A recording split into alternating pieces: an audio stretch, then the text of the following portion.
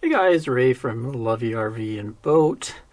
So we're back on the boat now. I've just been kind of de-winterizing things, getting things working again. I've completed the freshwater plumbing and that. And I'm getting to work on the engine.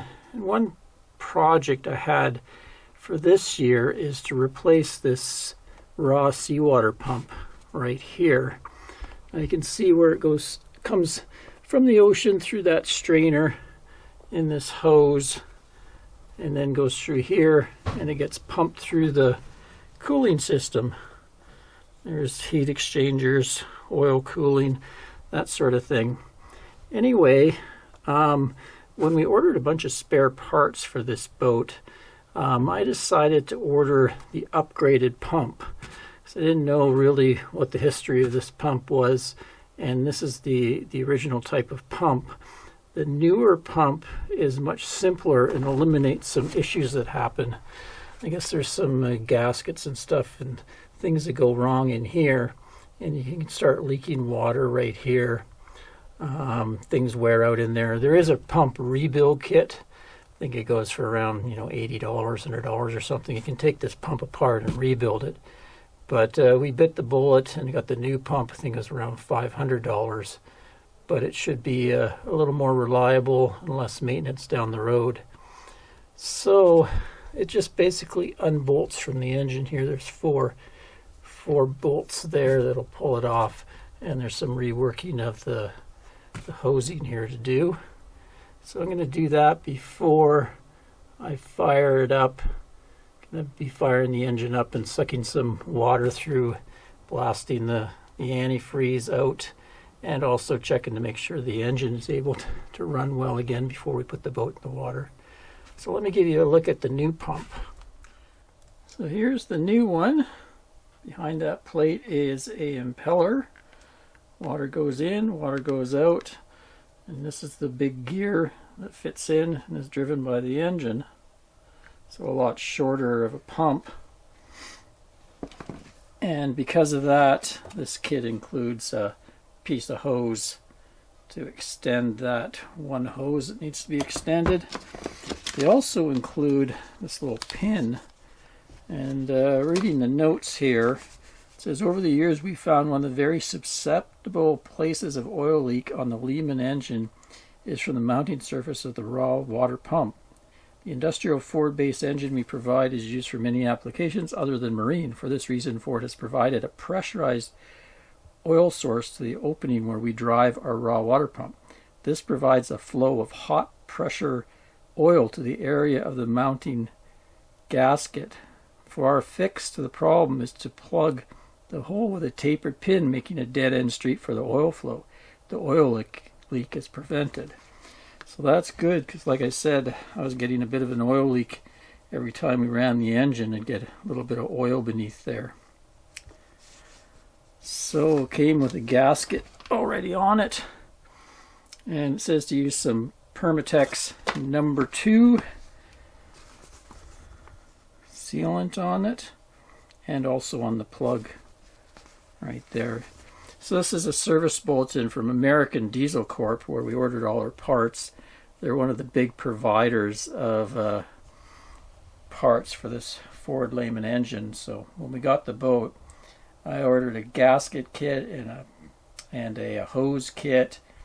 This pump, also I ordered the starter motor, just in case something goes wrong with it, and the freshwater pump as well. So I have a lot of spare parts on the boat, because at some point we're thinking of venturing a little further afield, so it's good to have a lot of spare parts. Anyway, looks like a pretty simple job. So we'll get to removing the old pump down there.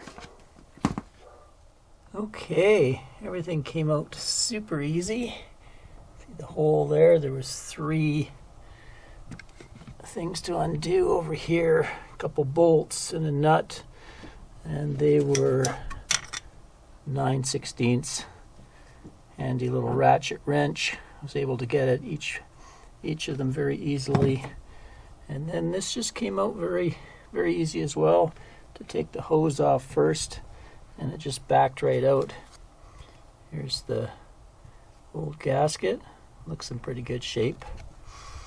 And then if you see in here, you can sort of see at about the 8 o'clock position, there's a hole where I'm going to put that pin, and that will block the oil from going in there and leaking out the bottom.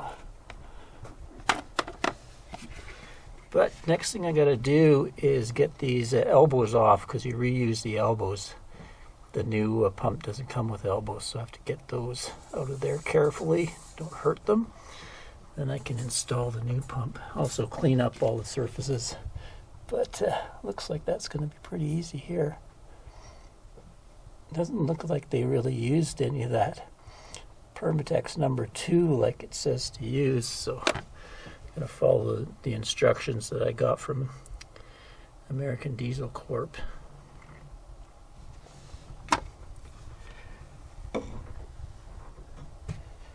And we'll save this as a spare.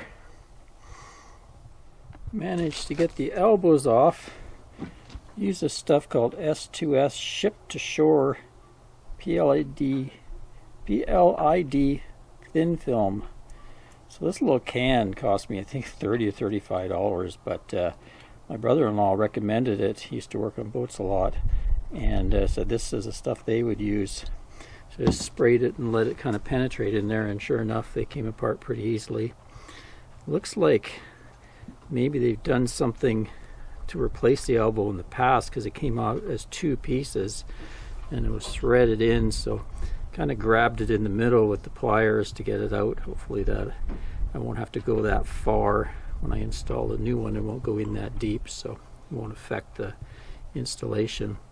The service bulletin I got did say not to use any Teflon tape on that, just dry like that. So we'll install those. This is going to mount different. You can see this where they come out the same end.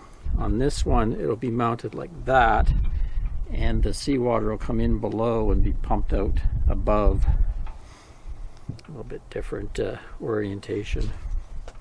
There we go, cleaned up and tightened back in there. So yeah, that looks like this was replaced. Probably looked something like that before, maybe. But I'll put it back in the way it was for now. It worked fine for many years like that. Now I don't know if there's going to be enough clearance below. That'll be the thing. They did say you can loosen this bolt and be able to twist it a little bit if you're having problems clearing the stuff down below the engine there, but we'll see how it goes. I'm going to go in and clean up the surface, and then we'll coat this with that Permatex, and also we'll insert that little pin. Okay, back in place and ready for a test.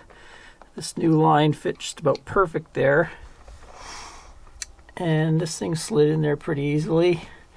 Put that pin in there with some Permatex too, and then covered the surface of the pump and the engine mounting area with it, and put the gasket in, tighten those bolts up. It's kind of tighten them. I don't really know what the torque is on them. Maybe I can find that somewhere. I just kind of had a small wrench and just snugged them up pretty firmly. I don't want to break a head off or anything like that. The thing that worries me is this bottom input here. Like I say, they've taken what probably should have been there and changed it around. Some repair in the past. I'd like to maybe source an elbow that had a nice longer area to put the clamps, because there's only one kind of thin area there to clamp it, and I kind of just put another clamp behind it to kind of hold this clamp in place. Seems pretty firm, and it also is the inlet side, so the pump is sucking water through there. Not too much pressure, I imagine, but I'm going to try to source an elbow like that. And see, it goes through my seawater strainer here and then up. I imagine this thing's pretty well above the water line. Anyway, any thoughts on that, let me know. But I'm going to get ready to do a test with it. It's going to pump fresh water through the system and blow out all the antifreeze and give the engine a good run up and see if I got any other problems. Stay tuned. Okay, give her a start here. See the bucket down there, you'll be able to see the water being drawn through. Start her up.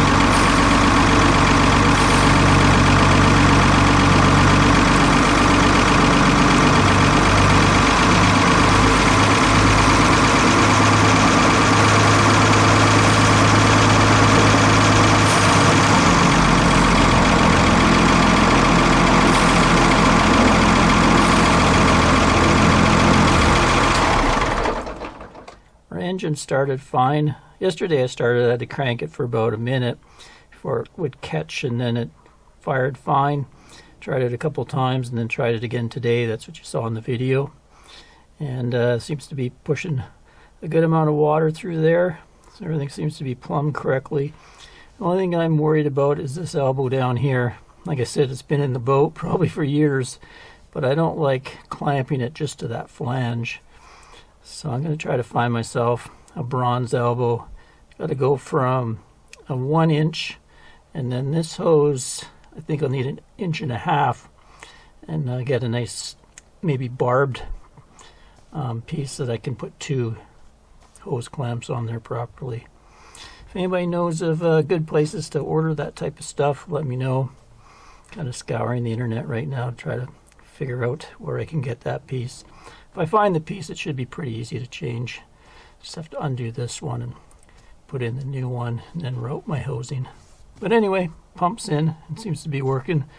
So we're still on dry land, so I didn't run it very long. We're going to go in to the dock in about a week or so, and then I can run it up to temperature and check it a little more thoroughly.